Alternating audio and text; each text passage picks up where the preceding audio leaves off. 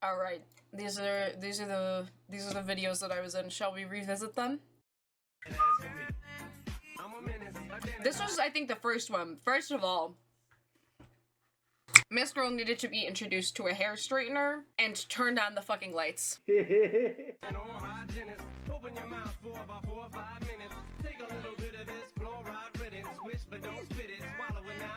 This person looks very young. Very, very young. So I did do research on this Ed from Ed's World. It is an actual person, RP Ed, died from cancer in 2012. I don't know how that's fucked up still. realistic this is, but in the event that this person is actually faking this for clout, views, or whatever the case may be, that's messed up. That's really messed up. That's beyond messed up. You know what I'm saying? That's how a lot of people found me. Like, you know, just let him rest in peace, kind of thing. I also just think, even if this isn't being faked, that's something you should probably keep to yourself and not make like a happy, upbeat TikTok about. And no like, way. Out of respect. And very cringy. Okay, I don't know what you're doing with all this mouth action. I try not to think about it. Oh. My name is Dream. I speak for my team.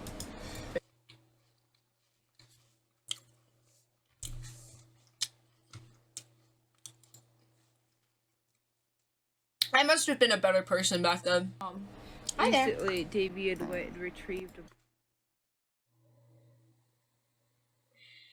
Did they just fucking fart mid-TikTok? David went and retrieved a bunch of personalities from outside of the active personality part of the headspace. And one of them was trying to front last night. I'm not about to watch that whole thing, but is we gonna go past the fact that Shorty just shit her pants Show me. and try to play it off? Here. Recently, David went and Man, and these dream altars, bro, I don't even know. Like, Are there a lot of those? There's a freak ton of those, man. These like Yeah, that was a huge thing, was Dream SMP altars.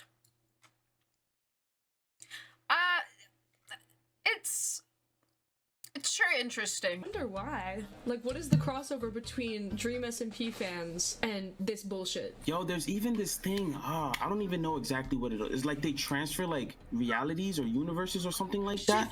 Shifting, yeah. Shifting, yes, bro. I don't know if you guys remember this, but that era on TikTok where everyone was like accidentally, not even accidentally, but like not unknowingly, like intentionally giving themselves psychosis. I thought DID was from childhood trauma.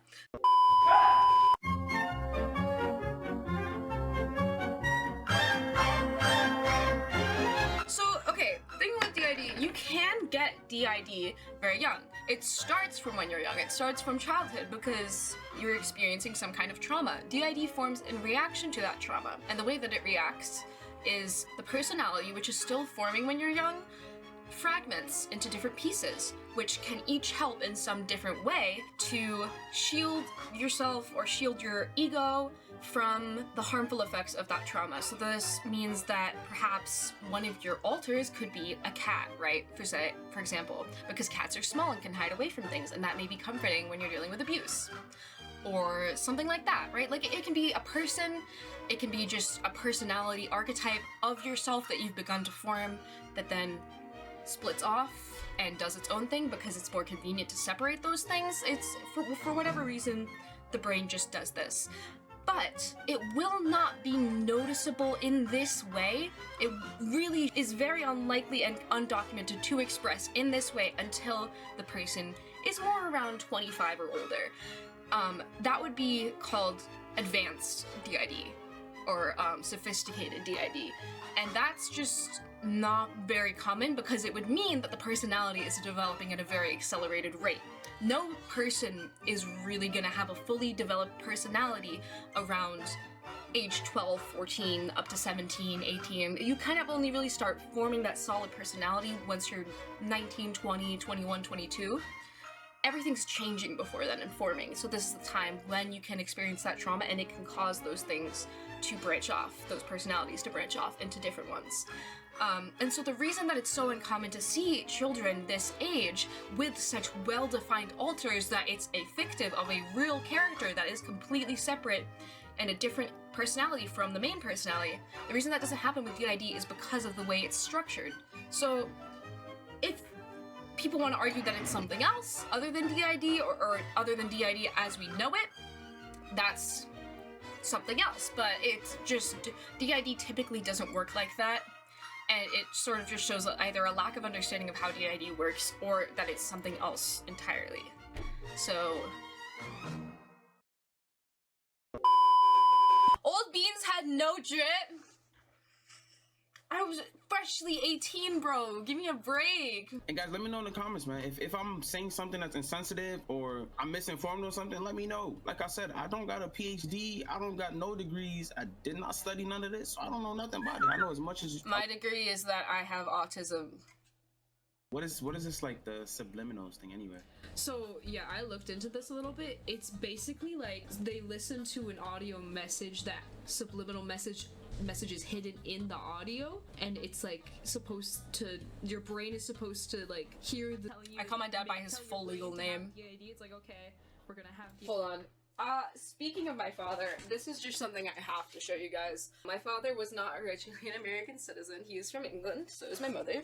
And when you get American citizenship, they give you a shirt, but you get to write what your name is on the line before they print it, and they don't check if it's like your legal name or whatever, so you can just write whatever you want on the line. So my dad, for some reason, was like, you know what I want to change my name to? Johnny Blaze.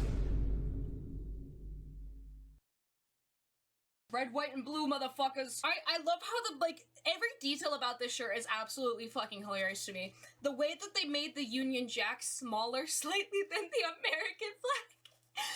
Johnny Blaze.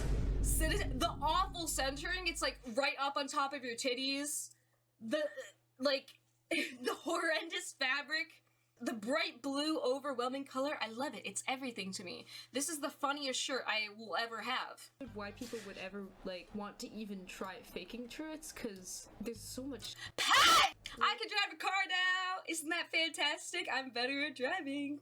I still shouldn't be trusted, but I do make it my average 30 minutes there and back every single day to work. I do, however, sometimes get lost because I'm bad at taking directions and make a 30-minute drive into a 3-hour drive, but that is besides the point.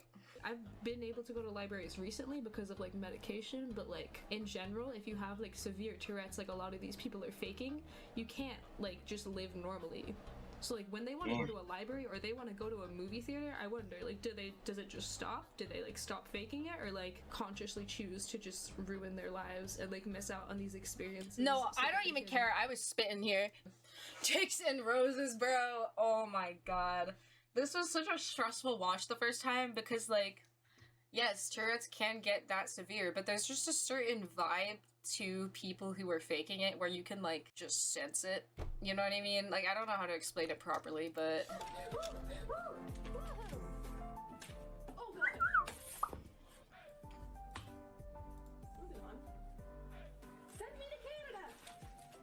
Okay, so yes, sometimes ticks are funny, right? But there's, oh, haha, that was a funny tick, and your entire humor being based off of your, that's just not a thing. Your entire humor should not be based off of your ticks, or you're just not fucking funny. You know what I mean? Like, this is something that was, like, very much, like, a point of concern for me when I started being a content creator, is I never wanted to be just, like, oh yeah, funny ticks, haha. Like, that's just not the most interesting part about me, you know what I mean? So people who actively laugh at like every single tick they have, I'm just like, what crack are you smoking, bro? Can I have some to be that happy about your situation?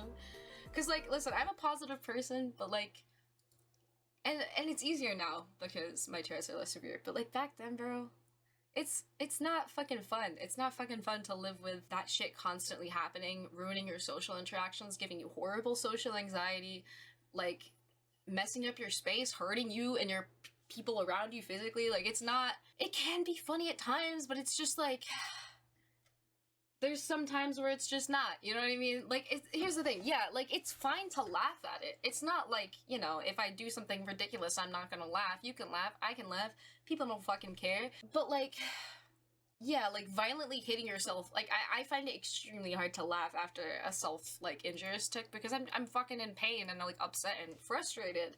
Like I don't know.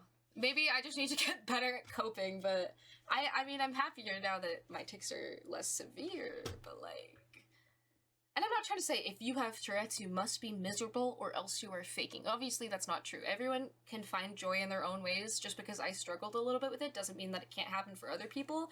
But finding joy specifically in these uncontrollable urges that you have every single time is just a little bit, like, I need to understand it more to, like, accept it. You know what I mean? Because it's possible that there is someone out there who, like, that's how they deal with it, is they're like, it's a joyous thing when it happens in order to not cry about it. You know what I mean? Like, however people cope with it. But I don't know. It's just always rubbed me a little bit the wrong way.